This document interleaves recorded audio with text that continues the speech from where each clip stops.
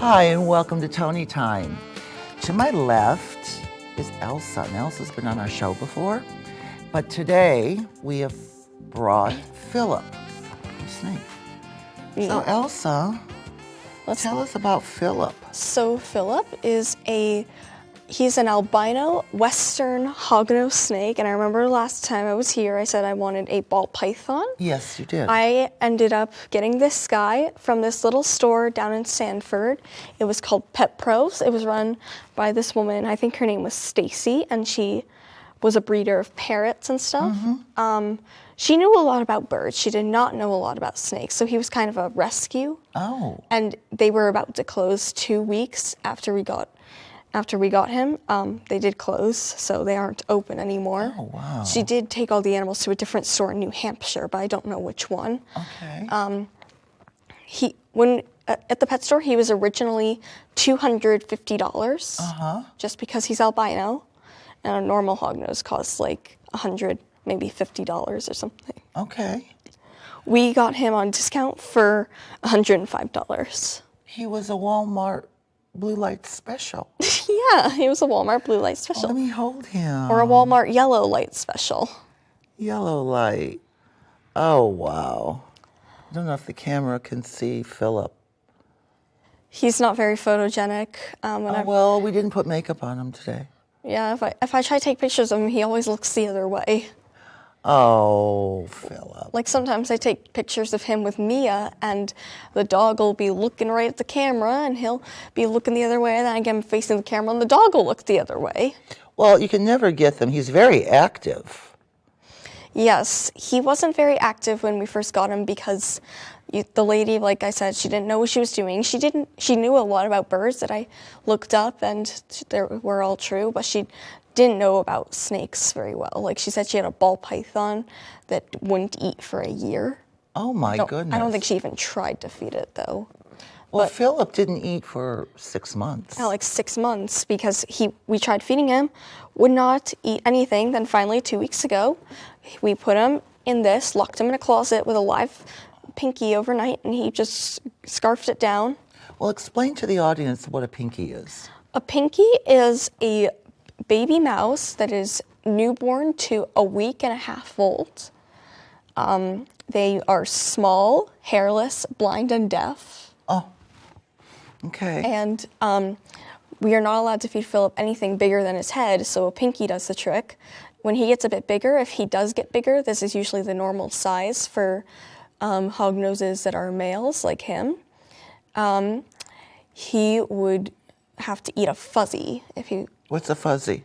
Next step up, just has hair. Still blind and deaf, though. Oh, okay. So, Then you get into hoppers, and then you get to full-grown mice. Hoppers. Hoppers are the next step up. They can hear, see, and have fur, but they aren't ready to leave their mom. Okay. All right, we're getting a very good education on this. So now, the history of Phillip, you said it's more of a snake in the desert, or? Western hognoses are from the western states like Montana, Illinois, Indiana, Iowa. They live in a desert climate. I'm just going to put them down here. Okay. So in this desert climate, there are like no trees and stuff. I mean, there are cactuses. You're not going off the table, buddy. Yeah. He loves digging.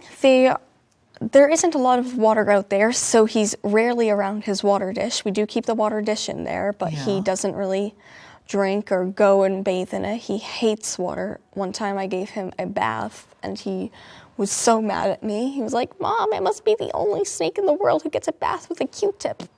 With a Q-tip. He had a little brown spot on his head, and I had to scrub it off. Well, what was it? It was dirt that came like embedded in his scales. Oh, okay. You know, So then they like the heat, right? Yes, we keep it like 90 to 95 degrees in his tank, and we have a UVB bulb. It's a lot harder than taking care of a cat or dog, but studies show that in the first year of having a cat or dog, you spend like $1,000. But within the first year of having one of these guys, you spend like $200, $300. So significantly cheaper. Yeah. And it's a lot less time consuming. It's just there's a lot more things to deal with. Like you don't walk them. No. But you do have to feed these guys once a week, at least. Okay. Sometimes twice a week if they're little babies. All right. So how old would you say Phillip is? I say he was just under a year when I got him, so he's a year old now, which means he's now sexually mature and can mate and have his own offspring, which my friend Annabelle is trying to get a female who maybe is heterozygous for the albino trait, so we can produce more albino babies. Oh, that would be great. Now, I'm sure there's a lot of people out there in the audience who love snakes. What's your information about adoption? The adoption, a lot of snakes you get from the pet store because there are not a lot of adoption agencies that will take snakes. Like the Animal Welfare Society in Kennebunk, they are one of the few in the state who will take snakes. I think they're like the only one or something. They have 2 ball pythons right now, Nagini, a female, I think Enchi or yellow belly ball python, very outgoing, but also very mellow. Ball pythons are very mellow. They just it's kind of like having a pet rock that just, you have to feed. Okay. An eating pet rock. As defense, they don't bite. They will curl up into a ball, and they will only bite if, like, you don't heed that. But they're not very aggressive. Like, he does sometimes false striking, where he'll ram you with this little nose of his. I'm just gonna give him a boop, which he is not a big fan of. But No, he crinkled his nose. Now, if people were going to adopt a snake, what type of person would they need to be? I mean, I know there's a wide range. Like, you have to be okay with handling the snake. These snakes, Nagini and Severus snake at the shelter, they are rescued from like a hoarding situation or something. Really? I'm not totally sure, but that's where most snakes are rescued from. Like, there's a very thin line between reptile collectors and hoarders. Okay. Reptile collectors will have like a bunch of reptiles, but they'll actually take care of them and socialize them and stuff. But hoarders will just keep a bunch of snakes, won't touch them at all, they just show them off. Like, they only get them for their good looks, and that's where a lot of Burmese pythons in the wild come from, because people who see these tiny little snakes, win them at the fair, like, oh, so cute, get them from a flea market. They don't, and it's fine for a while, it's just like this tiny little inch-long baby, not even inch, well, it's not an inch long, but it's like a foot-long baby that's totally doesn't need a whole lot of care. You just put it in a 20-gallon. We have Phillip in a 10-gallon, feed it a mouse every week. But then they start getting bigger, and soon you have an 11-foot-long snake in a 40-gallon habitat with like 2 UVB lights that is eating rabbits and chickens, and you're like, this isn't even cute. I don't want this anymore. Why did I even get it? So some people do the responsible thing, and they give them away to people who can take care of them. They put them up for adoption. But some people, unfortunately, will release their Burmese python, reticulated python, green anaconda into the wilds, because especially down in Florida.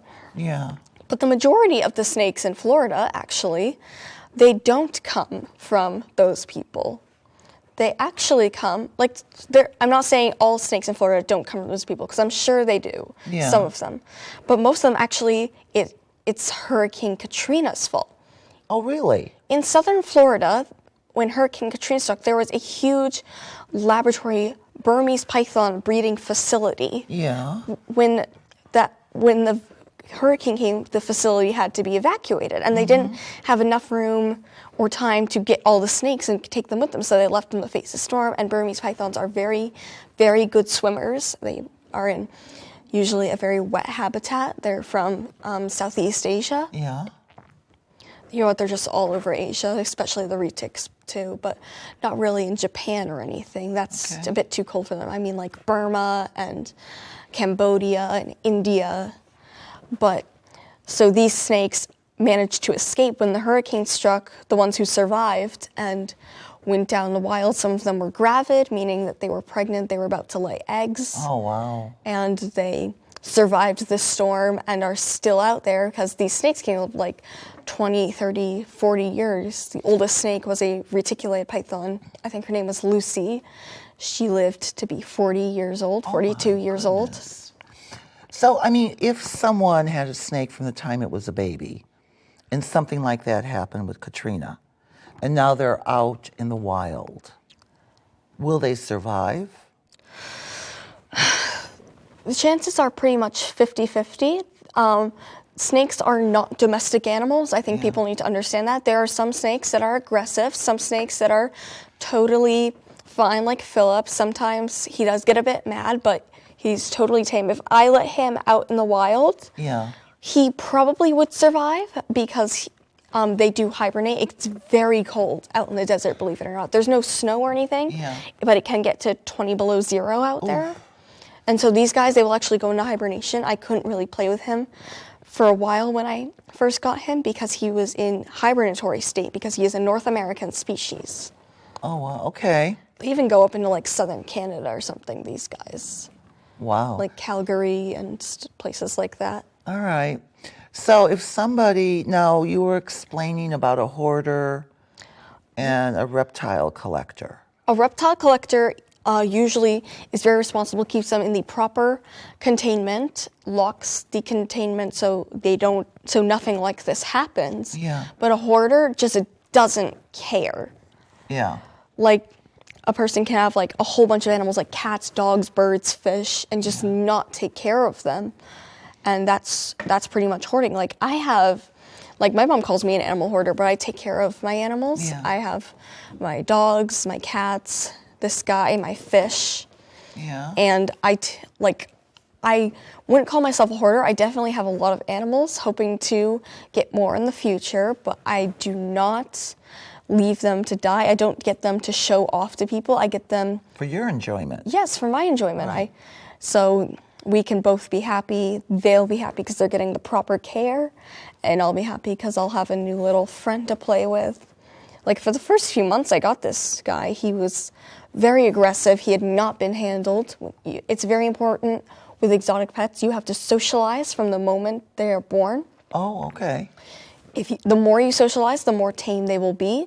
But the more you socialize, if they do get out, there's a lesser chance of them surviving because But if the ones who are tame who do survive, they will get rid of all their domesticated instincts and resort to primal instincts. Like if I let him out and then came back and he was there, he would not remember me. He would be a totally wild snake.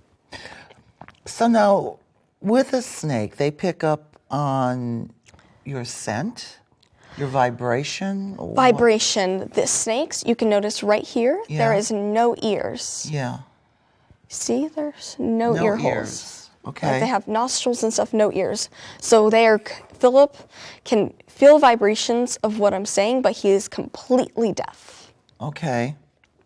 So they pick up on vibrations. If like an elephant is stomping through the forest, he'll pick up on that. They'll feel it. They know when earthquakes and hurricanes and stuff are coming. They're very smart about that. But Phillip is kind of a ditz about that. Like if I put on music and put it like right next to his cage, and he'll feel it through the vibrations, and he'll get all jazzed up like, ooh, yay, music. So what does he do? Does he sit up? Does he? He's kind of stands up, kind of waves his head around like he's trying to dance. This is just great.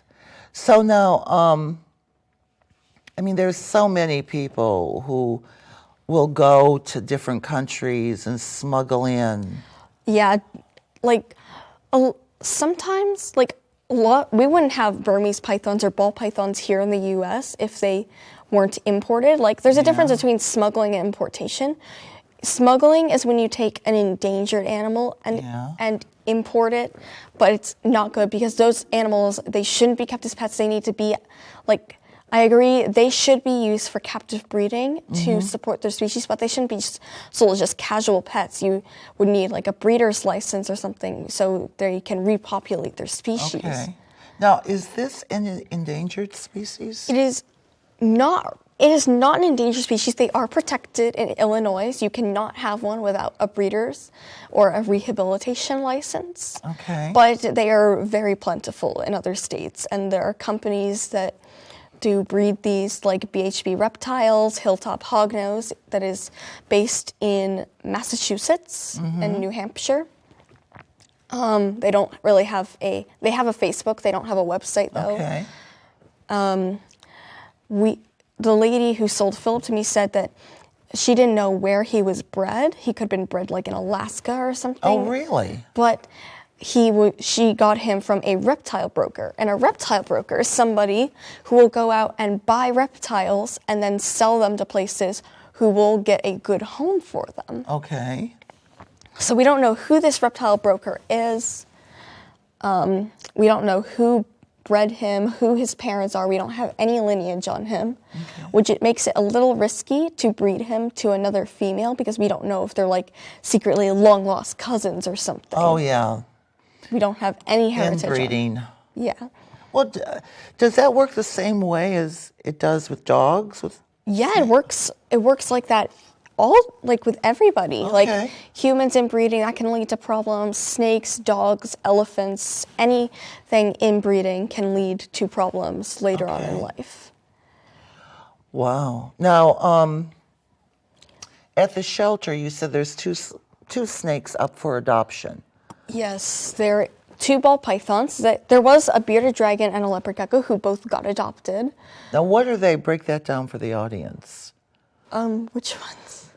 The bearded dragon, the leopard? Yeah. A bearded dragon is a very popular pet lizard. If you've ever been to PetSmart or Petco, they will always have these tiny, cute little baby brown lizards look like little dragons. Those are bearded dragons. The pet stores, they will lead you to think they stay that size. They actually get up to 1 or 2 feet long. You have to make a commitment to have something like that. The one at the shelter, his name was Ozzy. He was, I don't know what the morph was. He did have a red beard, though. And the rest of him was just normal, sandy color. They are from Australia, actually. Wow. Leopard geckos, I think they are from the Pakistani and, those places. There's deserts. Yeah. I forgot for a second. My mind went kind of what. Unlike other geckos, they do not have the sticky pads on their feet. Okay. They actually have claws that are used for going over rocks and stuff.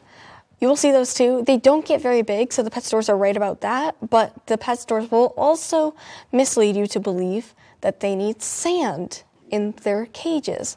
You should never put sand in with a leopard gecko because, like, the deserts around here, yes, there are lots of sand, and in the Saharan desert, yes, it's a lot of sand, but they don't live in those climates. They live in a packed down rock desert. Okay. So you'd be much better off putting down rock. Or just like dirt substrate or something. Okay. Like I know somebody who for the first few weeks we had the leopard gecko, because I actually fostered the leopard gecko for a while. Yeah. It was a birthday present for her. Where we put newspaper down just as a temporary substrate. I wouldn't recommend it full time. Some people do it full time, but it doesn't really, like the ink can kind of hurt them if they get like saliva on it. Yeah. But it is very good for temporary substrate. You can have 4 leopard geckos in a 20-gallon aquarium. And they won't fight, they won't. It depends on the gecko. Like the gecko, we got her very calm, very quiet. Her name's Tina. She's albino, just like Phillip.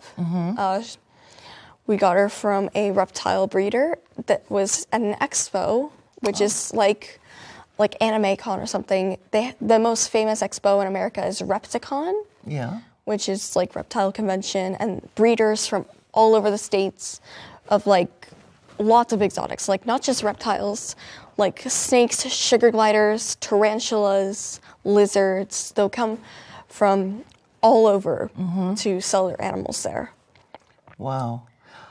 Well, I mean, now, is that show held in Maine or is it in different parts every year? It's in different parts a lot, like Repticon kind of travels. It's never been held in Maine before.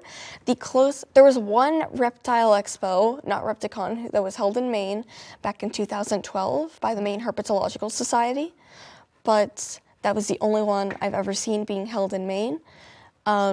The closest one is coming up this October in Manchester, New Hampshire. Oh, wow. There's also, is held by the, I forget who it's held by. It's just by a bunch of guys who like reptiles. Yeah. The other one is the New England Reptile Expo, which is held in Massachusetts, which that was the first one I ever went to. It's coming this September. Okay. It comes every year in September. Great. Okay.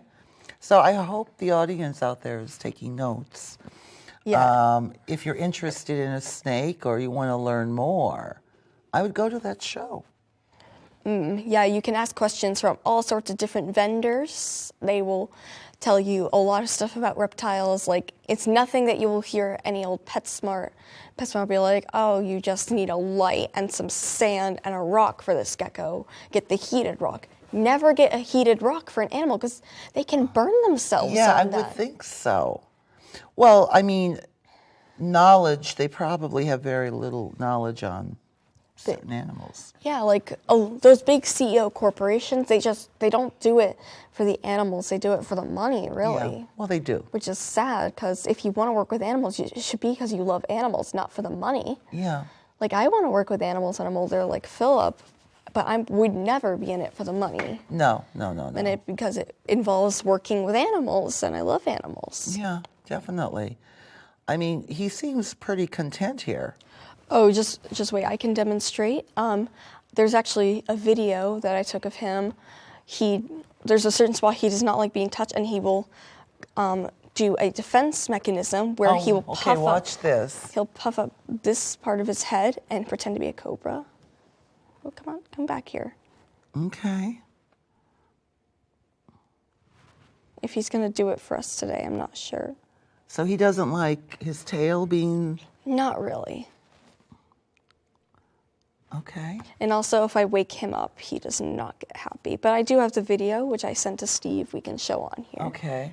And Steve is probably popping that up now on...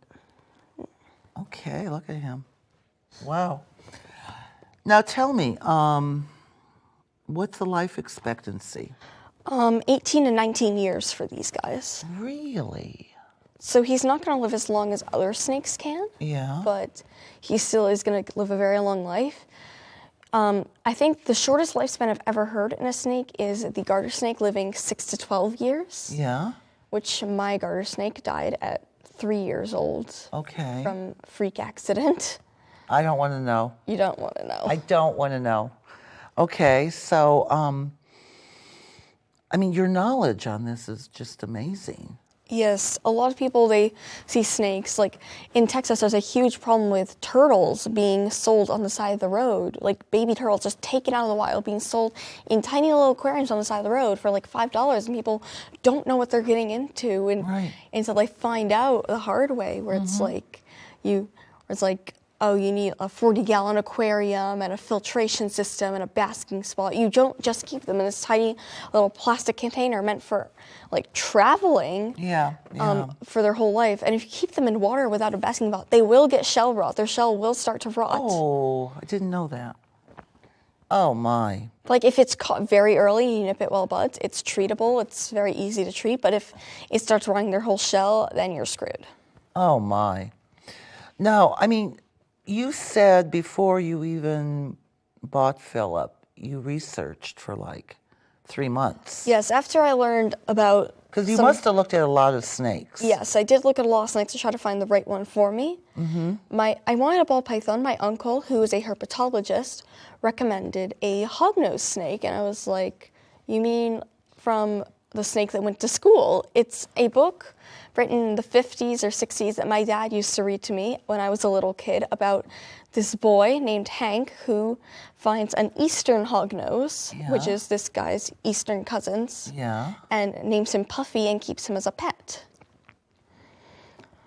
So I just started researching, and I was like, maybe that's a better fit for me than a ball python. Yeah. It's a ball python. It's just a pet rock that eats. That eats and sleeps, right? Yes, and these guys are diurnal. Ball pythons are actually nocturnal. Okay. They don't make much noise. Like, they don't make any noise at all. If you hear them making noise when they're not hissing at you, that means something is terribly wrong. Like, they could have upper respiratory infection. Oh my, I would never think of that. Okay. Like, there was this one snake at Petco that was sneezing and hiccuping, and I had to report it. Yeah. And they didn't do anything, so we actually had to call the shelter, and they took the snake and treated him. And one of the shelter members did take him home. He was a little ball python, just a baby. Oh. He's happily living in New Hampshire right now. Oh, good. So he's living a very happy life. There could be some medical stuff later on, Yeah. but for now, he is a very happy snake. Wow. Now, when you were looking at all the snakes, what was your other choice? I was thinking ball python, corn snake, king snake. Probably one of my other choices was the Trans-Pecos rat snake. It is this I showed you in the car on our way here, Yeah. actually. Not here. No, it was at work. Yeah. It's like this beautiful golden black colored snake with these big blue silver eyes. I remember that. Like they stare into your soul. Yeah. Okay, Phillip, I think it's time to go back. Yeah, I think Phillip has had enough. He's like, get me out of here, Ma. I've been crawling all over. Now I'm in something I'm familiar with. Yes, there's old substrate from his cage, so Okay. he'll be okay. So explain more about the snakes you did research and that were possibly a second choice. I did research some about corn snakes. I didn't really have to research a lot because they're pretty basic. And my uncle, who recommended hognose to me, has a corn snake. All right. His name's Jake. He is 17 years old, so he's getting up there. yeah. Probably not going to live very much longer. 17, 19 years old. He was hatched from a wild clutch that they found out in the woods of Mississippi, where my uncle lives. They hatched, I think, at least 5 babies from that clutch. Oh my. And he kept Jake as a pet. And Jake is very loving. I met him over Christmas. He's very mellow, will sit on your shoulder. I actually got him stuck. He went into my braid. Okay. I put him around my shoulders, and he went into my braid, and I had to lay down on the grass to get him out. Yeah. He is about 5 feet long. Corn snakes get significantly bigger than hognose. He's also very girthy, like about this thick. Okay. But why are they called corn snakes? Because they live, when the farmers called them that when they first discovered them here, because they lived in the cornfields. They're a species of rat snake. They lived in the cornfields and ate all the rats that were in the cornfields. Okay. And also their pattern looks a lot like Indian corn. Oh, all right. Okay. And then you had mentioned another snake. King snakes. King snakes. King snakes, the reason they are called king snakes is because they are cannibals. They will actually eat other snakes. Like, if a wild-caught king snake, every time if you give him a choice between a smaller snake and a mouse, he will go right for the snake. Wow. The prairie king snakes, I've heard, are also immune to rattlesnake venom because the two species will get into fights, and a lot of times the prairie king snakes will win and eat the rattlesnakes, and the rattlesnakes will bite them, but the prairie king snake's nails are too tough for the rattlesnake's fangs to get into, and when the rattlesnake does bite, the venom does not affect the snake at all, and they'll just be like, is that the best you can do, and just eat the rattlesnake. You are amazing, Elsa. You really are. I mean, this is not the only thing Elsa knows about. I mean, she can talk to you about dogs and cats and everything, but this show in particular... It's about reptiles and amphibians. Reptiles. It's about exotic pets. Exotic pets. Because a lot of people, like, they don't want to go be like the Joneses who have their cat and their dog and their chickens. No, they want something special. They want, like, give them a Burmese python, give them a peacock, give them a freaking elephant for all I care. Yeah. the problem is they see these animals and think that's the animal for me, but they don't do so much. They don't do a lot of research on it. Like, it's really sad. Like, the rapper Tyga actually got a pet tiger who had to be confiscated from because it's against California law to have a pet tiger. I would think so. The tiger actually got taken to a sanctuary. Yeah. And it costs like $10,000 a year to feed him, and his old owner doesn't even donate a cent. Oh my. Well, that was just something he got on a whim. Yeah, I guess. It was something to talk about. It was. Yeah, like, oh, and don't even get me started on Justin Bieber. Why? What'd he do?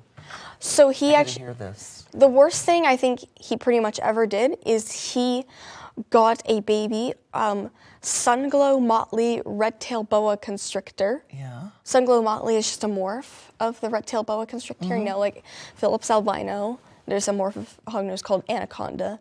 He got this little baby boa, took just to show off at a music festival or a show, and then gave it away. Oh. He also had a capuchin monkey who was confiscated when he tried to enter Canada or something. Oh, that's so. And he had a winter white dwarf hamster, which they're very, very sweet little hamsters. Yeah. I would love to own one or two someday because they can live in packs. Yeah. They can live in little colonies. But he got one and then gave it to a fan, and like he got it just for show off, just so he could encourage his fans to get little hamsters. He is the worst exotic pet owner, like, ever. Well, no, he's just showing it off for his shows. Yeah, and that's like a really bad exotic pet ownership. To be able to own an exotic pet, you have to work hard, do research, build an enclosure. If it's like a domestic fox or something, they have those. They have domestic foxes, which I would love to have someday. But I am waiting. I'm lying in wait, doing my research, getting the supplies to build an enclosure for said foxes. Yeah. Which is a smart way to go about it. Yeah. Because you want them safe, you want them happy. Like, a lot of people just impulse buy stuff like that, and then And that's how they end up at shelters. Yes, and the problem is a lot of shelters don't have the resources, so they can't take in those animals. Right, exactly. Like, the Animal Welfare Society, before I got them to do it, I think, they did not take in reptiles. Like, I called somebody about a reptile thing. There's like a bunch of reptiles that were needing homes. They were on Craigslist, and that's like, if you put a kitten on Craigslist, like free kitten to good home, a lot of people, they will just get it so they can feed it to their snake. Yeah. Like, you shouldn't do that. No. Like, I agree, you need to feed your snake, but you should feed your snake proper things like frozen rabbits or rotisserie chickens or mice. You shouldn't feed them kittens or puppies. No, it's not good. No, I mean, I think with us having a show about reptiles and learning to understand them. Now, if somebody in the audience wants to go to the shelter, what kind of check do they have, a credential check, in order for them to be able to adopt? Well, the snakes have a very cheap adoption fee. Like, at a store, you can see a normal ball python for sale for like $50. These snakes, their adoption fee is $30. They do not need to go home together. Ball pythons are solitary animals. You will need to have, these guys are full grown, don't know exactly their age, probably around like 3 to 5 years old, probably. I think they're full grown. They need at least a 40-gallon aquarium, like I said, for the turtles. These snakes go 3 to 5 feet, the biggest one on record being a 6-foot female. Nagini is a female. She will grow significantly bigger than Severus. Severus will grow 2 to 3 feet. Nagini will be 3 to 5 feet. All right.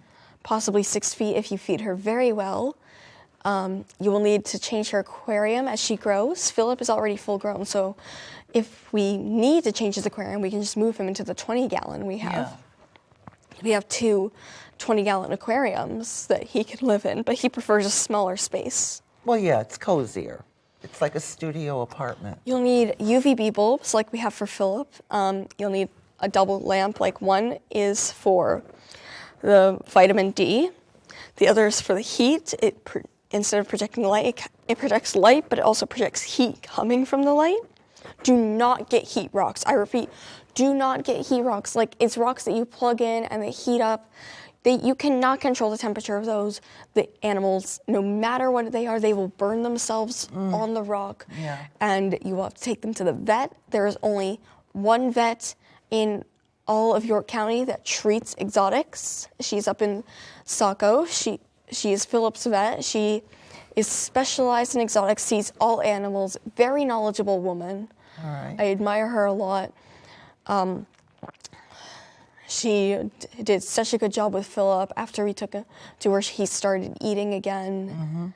She gave us medicines, and we gave them to him. He was not happy. We had to force it down his throat in a syringe. But it helped him get right back on track, and I just want to thank her for that. What's her name? I forget her name. And also for privacy reasons. Well, yeah, but if somebody... But it's the hospital is called Animal Medical Associates. It's in Saco. All right. Like, I remember seeing one woman in the waiting room who, I don't know her name, and I'm not going to give, even if I did, I wouldn't give it away, just for privacy reasons. Yeah. She has this rabbit who needs to go every month because he has a genetic condition where he cannot file down his own teeth. Oh, my. So he has to get his teeth filed down by the vet.